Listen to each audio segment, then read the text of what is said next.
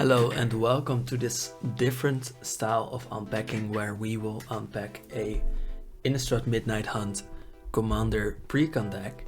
And it might seem a little bit weird that we are doing this, but the reason that we are is that I have been invited to a game with Tap for Mana and Countryfried, and we will be doing that game soon and you will see it even sooner. So yeah, this deck is called Coven Counters, and well, it is about +1 counters, of course. And the lead singer, so to say, of this deck is supposed to be Lenore, Autumn, Sovereign. And that is interesting. We can get into that more later, but what the card does is for 4 mana, you get a 0/4 very peaceful commander that at the beginning of combat on your turn, you will put a +1 counter on up to 1 target creature you control, and then if you control 3 or more creature cards with different powers, so Coven, you may draw a card as well. Her flavor says, she keeps the festival revels from faltering, infusing the witches' rituals with hope. And what this means is that Lenore is sort of the, well, let's say front singer of the Festival of Hope for the people of Innistrad against the encroaching darkness that, well, we know how that ended, but the other side of the deck says bring hope to humanity. So that is what Lenore will do. And well, so it says choose your commander and overcome both friend and foe, because you can use your +1 counters for other people if you would like, but you probably won't, in this definitive multiplayer Magic format. Lenore hands out +1 counters to everyone on our guest list, enabling the new Coven mechanic. At the end of the night, your horde of humans will be the last one standing. And then it says about Lenore, elected as Harvest-Tide Sovereign by the witches of the Dawnheart Coven. Lenore has thrown a festival for the ages. Her hard work has filled both the witches and townsfolk of Innistrad with hope. Perhaps this long night will soon see daybreak.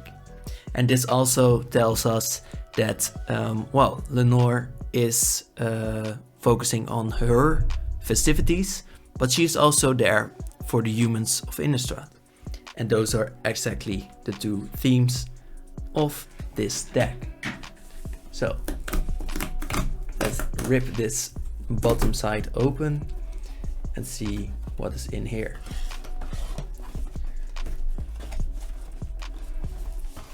So right here we see the little box that you get where the cards do fit in, sleeved as well, which is nice.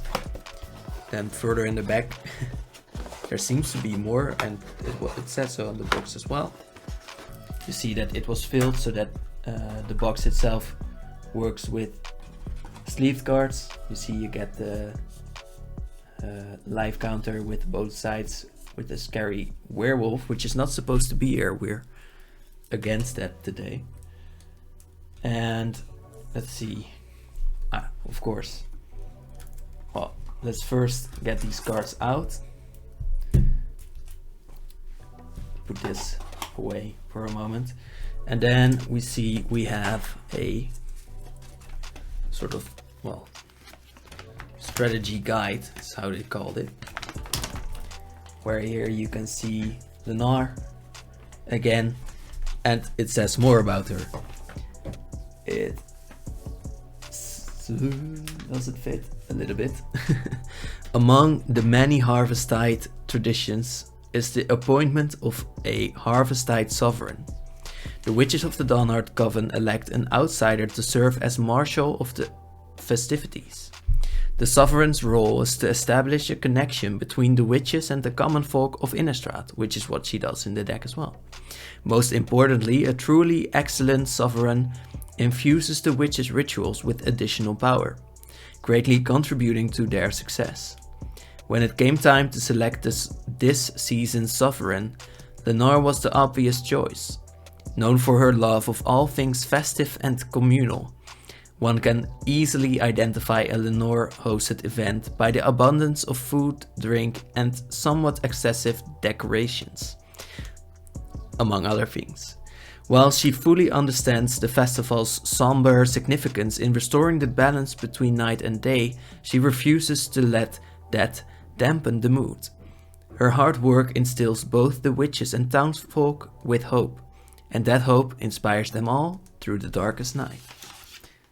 And then on the other side, we have, well, how do you play the deck? You bring together a lot of humans, and you put +1 counters on them, and you watch the hope fade from your opponent's eyes. That's not very much like Lenore, to be honest. So let's not look at that. Let's keep it peaceful here today, but we will look at the cards, of course. Here you go as well. And we see some tokens. That's fun as well, of course. Let's start with these actually, because they do say a lot about the deck. Here's the backside of the thick Lenore. So for this deck you have these tokens, and Celestia of course is all about those.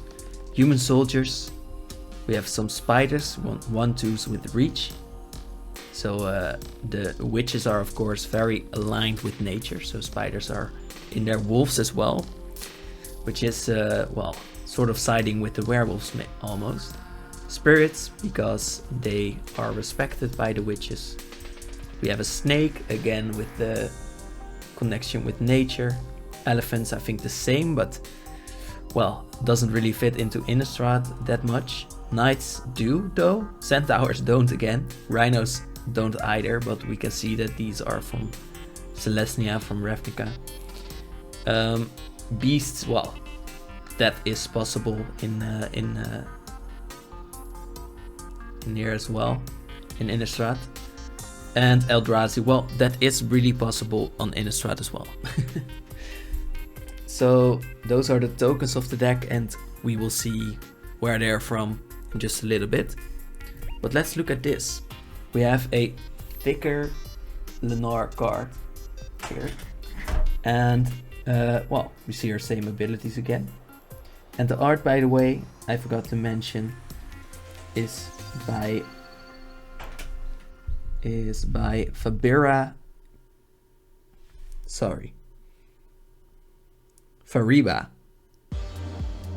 Kamse or something. Sorry. And here we have her again. Well, Lenore, that is, not the artist. And now I'm going to try to do this, which is also hard.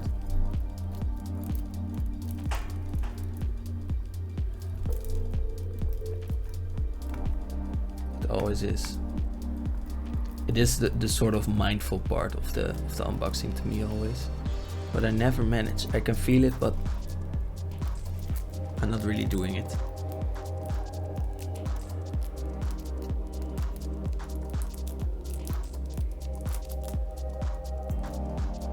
Well, let's just say that's broken.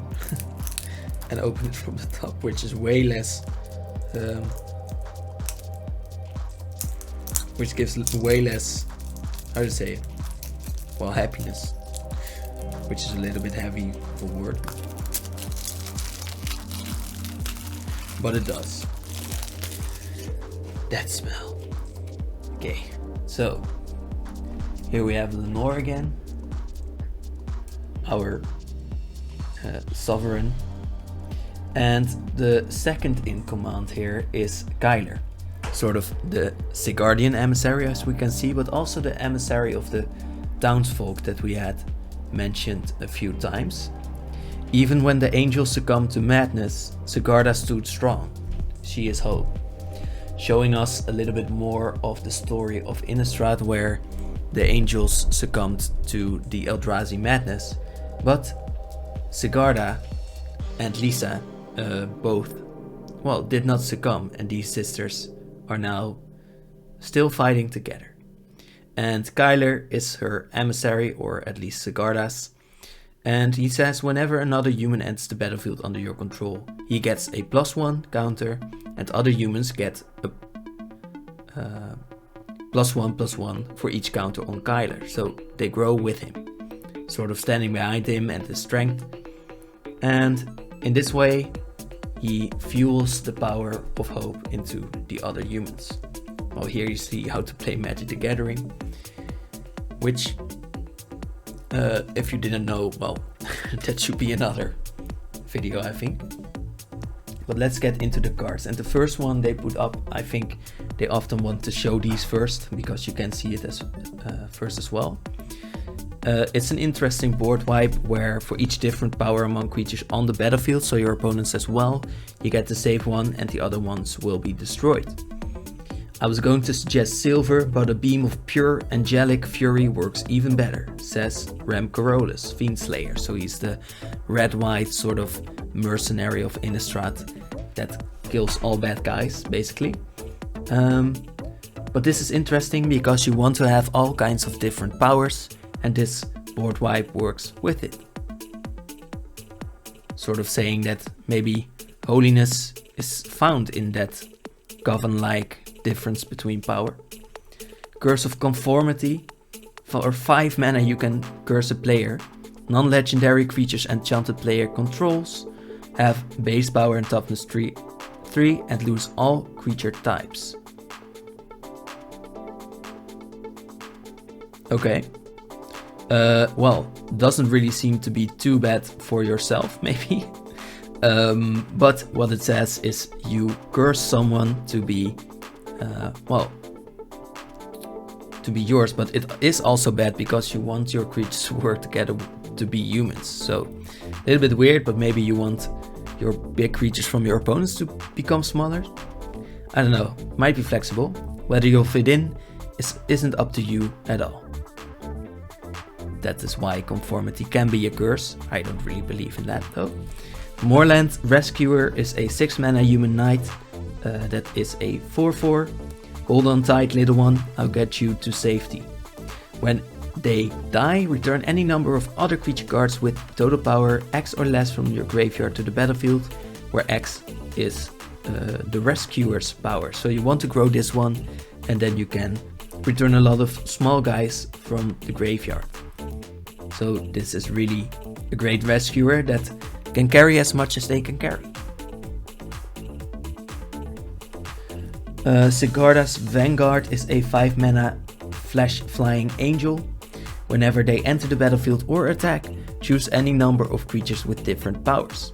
So again the different power thing, and again the Sigarda theme. Those creatures gain double strike until end of turn. So really wanting you to have that Coven, to have a lot of creatures with different powers, and then they can attack twice. So sort of your finisher maybe here, or one of them of course. Stalwart Pathlighter, a 3 mana human soldier with vigilance at the first other Coven card that we see. Festival's just ahead, you're almost here. So they are guiding the people to the festival. Their Coven ability is that creatures you control gain indestructible. So you can attack in for, well safer, let's say that. Wall of Mourning, a 2 mana wall. When they enter the battlefield, exile a card from the top of your library face down. And then their Coven ability is that you might put that card into your hand. So basically a wall that lets you maybe eventually draw something. So I would put this out probably because it doesn't seem too strong. There are a lot better Coven abilities, and otherwise you will probably want either a human for Kyler or something that otherwise works with +1 counters or tokens. So I wouldn't really want a defender card in here like this. Celebrate the Harvest is a 4 mana sorcery. Search your library for up to X basic lands, where X is the number of different powers. So that can be a lot of ramp. It does cost 4, but that is big ramp. The Harvest Tide Dance is one of joyous abandon. A last revel before winter nights. Sort of saying people are here to celebrate the last light, and well, they are a little bit cruel as they lose their order, maybe. Curse of Clinging Webs, the second curse actually. A 3-mana curse that whenever a non-token creature enchanted player controls dies, you exile it and you create a 1/2 green spider creature token with reach. Well, could still put that on yourself, or maybe an opponent that has a lot of creatures themselves. Claire realized too late why no one ever took the shortcut through the abandoned mill.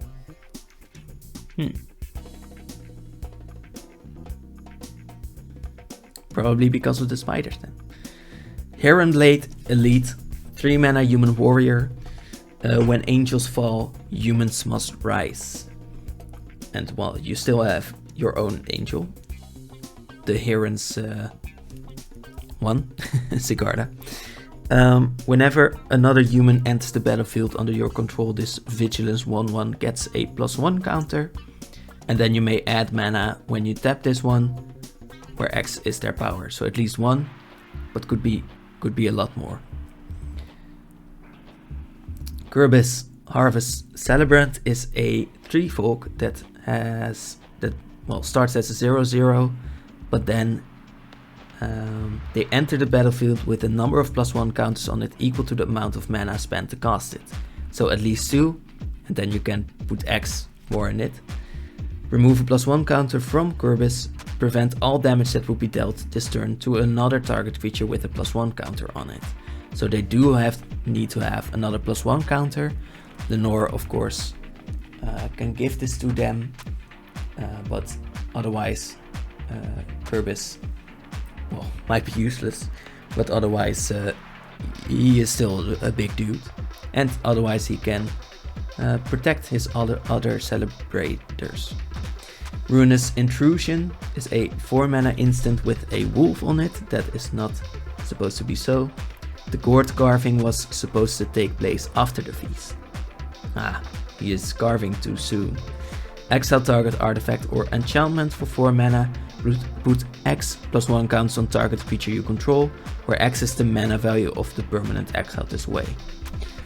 I value this card less as well, and maybe you even want some more like blink effects or things that can do that more often, so that your creatures enter more. For Kyler or for Lenore, you probably want more +1 synergies, and this does give them, but it is very optional and you probably don't want to pay for artifact or enchantment removal. Sigardian Zealot is a 5-mana human cleric, a 3/3. At the beginning of combat on your turn, choose any number of creatures with different powers. So again, showing that Sigarda is all about that Coven life.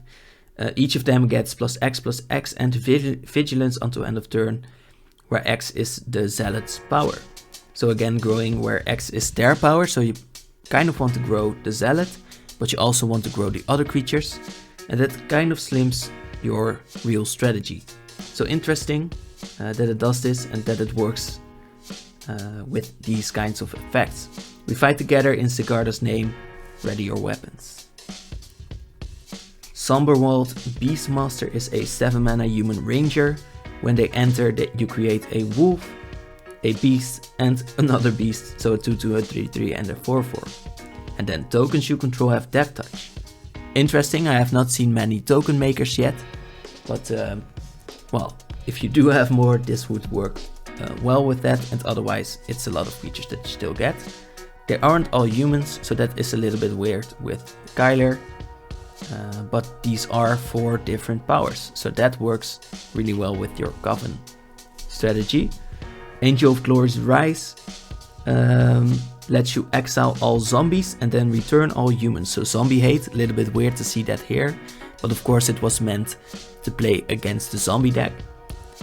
Would probably get this out of there as well, I think. But if you keep this as a human deck, then this might be okay. Justice isn't done until Undeath is undone. Still too expensive for a mass recursion, I would say, though. Bastion Protector is a 3 mana card that is really good. It gives your commander mostly indestructible, that's the most important part, but also +2/+2. For Lennar as a 0/4 this does not really matter too much, but the indestructible part is really good. As long as I stand, so will your cause. Citadel Siege is a 4 mana enchantment from Guns of Tarkir, where you may choose one of them forever.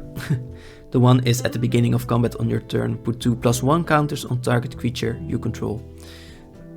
And if you choose to side with the dragons, at the beginning of combat on each opponent's turn, you tap target creature that player controls. So probably wanting to do the Khans thing, and then you, well, sort of have the Norse ability again. Cleansing Nova is a 5 mana sorcery, where you either destroy all creatures or artifacts and enchantments. So see, for 1 mana more you can destroy all artifacts and enchantments. In their final moment, the demons gazed upon grace in its purest form.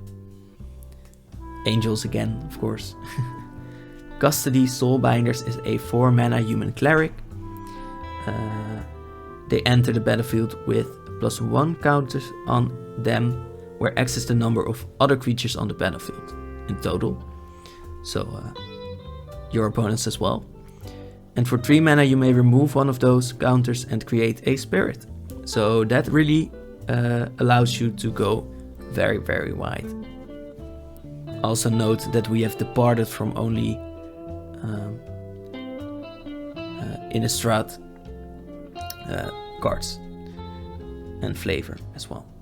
Well, going back to it, to Mikaeus, never forget our ancestors, they have not forgotten us. A flying 5/5 for 6 mana, that's okay. As long as they are in your graveyard, each human you control enters with an additional +1 counter on it.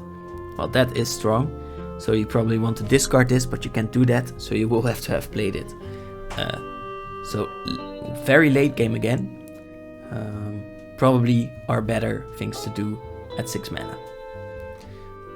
Herald of War is a 5 mana 3/3 with flying that gets a +1 counter every time they attack. And they make your humans and angels 1 cheaper for every +1 counter on them. Of course you can put more on them, and then your cards will be even cheaper every time. Hour of Reckoning is 7 mana card, again a little bit too much of the 7 mana thing, but I think there's a lot of ramp in here as well, as we have seen before. This one also has Convoke, sorry, so you can also tap your creatures to pay for Hour of Reckoning. And then you destroy all non-token creatures. So you probably want to have a lot of tokens in play for this. So a lot of token synergy, not a lot of makers yet. Those who are chosen do not doubt, those who remain do not lament. Knight of the White Orchid, we all remember this one. A 2 mana first strike 2/2. When they enter, if an opponent controls more lands, you may search a library for planes and then put it on to the battlefield. Why do you remember it? It's white ramp, and that's special. Here's the actual Mikaeus, the Lunarch. White and X, they enter with X +1 counters on them, and then you may put another one on Mikaeus by tapping him, or you can remove one from Mikaeus and put a +1 on each creature, other creature you control. So really enabling you to make all other creatures stronger as well, and definitely a strong turn 2 play. Audrey, Master Tactician, is a 4 mana 3/4 with first strike, and they well, this is a different one from the one you remember. He has also been turned right now, so this is a little bit of a sad card here as well. When Audrey and at least 3 other creatures attack, you choose which creatures block this combat and how those creatures block, making Magic and a whole other game. So definitely a good one in here. And telling us that fear holds no place in Faith's battle plan. Sort of going with the theme of Lenore again, that's good. Riders of the Gavany, or of Gavany, is a 4 mana human knight or they are. It's a 3/3 with vigilance, and you choose humans, I think. Oh no, a different creature type, and then humans have protection from creatures of the chosen type. Again, really specific, but could be good in the humans deck. But as you saw, this deck does not only have humans, so that is a little bit weird. Unbreakable Formation is a card from the Azorius, so not really Celestia in here. But your creatures gain indestructible, and if you have cast this in your main phase, any one of them, you may put a +1 counter on each of them as well. And they gain vigilance then as well, so you probably want to do this before combat. Victory's Envoy is a 5-mana human cleric. At the beginning of your upkeep, put a +1 counter on each other creature you control, sort of like the Micaeus vibe, but now it's a bit, well, it's not really slower actually, but it costs 3 mana more at least. Her Paean is the Clash of Spears, her Prayer, a battle cry. Champion of Lamphold, going back to Innistrad, a 3 mana creature that grows with every creature that enters, right? Yeah. And then creatures with power less than Champion of Lamphold can't block creatures you control. This one is better than you think. I know this. Death's Presence is a 6 mana enchantment. Whenever a creature you control dies, put X +1 counters on target creature you control, where X is the power of that creature that died, so sort of allowing you to keep the counters that you lose by your creature dying alive. We traffic in flesh, not souls, still it's a shame to let anything go to waste. So flavor wise, not really something for the norm. Gaia's Sage is a 2 mana elf druid. They have evolved, so sort of like Champion of Lamphold, but with greater power toughness creatures. And then you may add green for each +1 counter on Gaia's Sage. Another ramp card, really big one as well. Keswick Cagebreakers is 5 mana for a 3/4, that when they attack you get a wolf. That's also attacking, and you get one for each creature card in your graveyard. So that is really getting a lot of wolves in there. They put bars on these noble beasts and then wonder why werewolves target our towns. Well, werewolves were just aggressive though.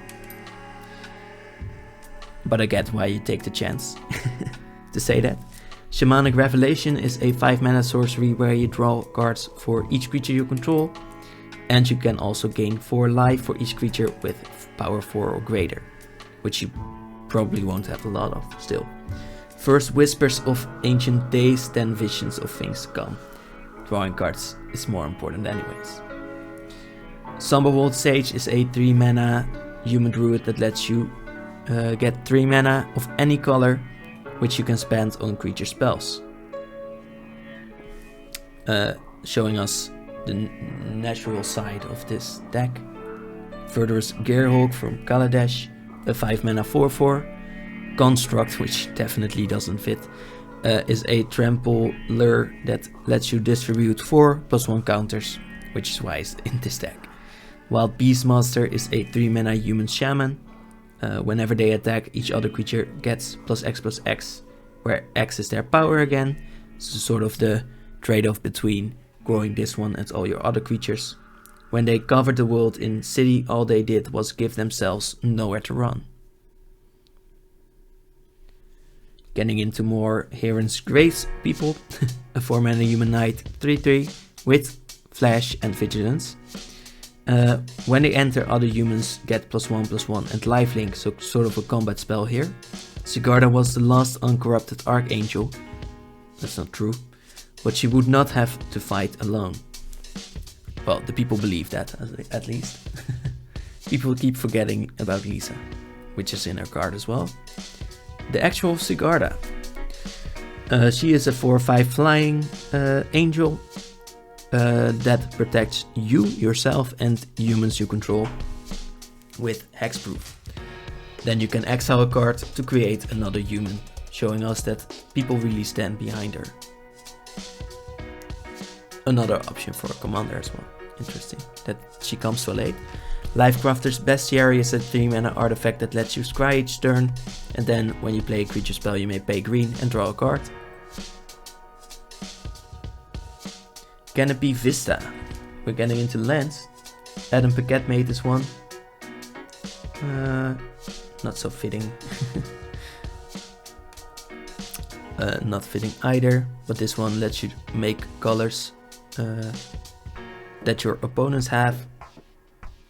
Fortified Village is fitting, of course, showing us that, well, the humans like to be protected in their villages on Innistrad. Well, there's no sun, so that's not fitting either. Temple of Plenty, a little bit. The Plenty and the Festival fit pretty much. Dawnheart Wardens is from our set again. At the beginning of combat on your... the Coven is creatures you control get +1/+0 until end of turn. Not too strong, but it's an early play. Moon Silver Key, so probably would take that one out as well, to be honest.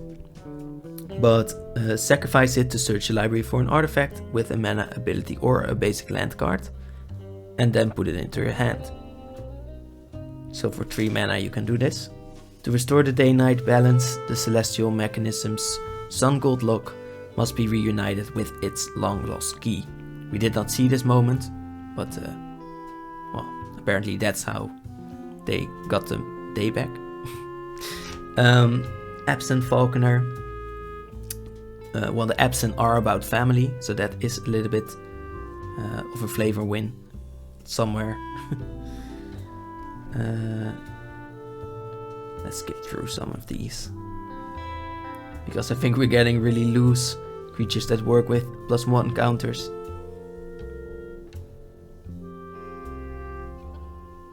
Well, interesting cards, and good ones. Swords to Plowshares, of course, really good, but still not really fitting the deck, and that is why I wanted to do this unpacking. But good that we have some removal. I haven't seen much. Return to Dust, of course, for artifacts and enchantments again. Ramp, never bad. Evasin's Pilgrim. Evasin's protection is everywhere, from the Holy Church to the Sacred Glade, where we sort of almost are now.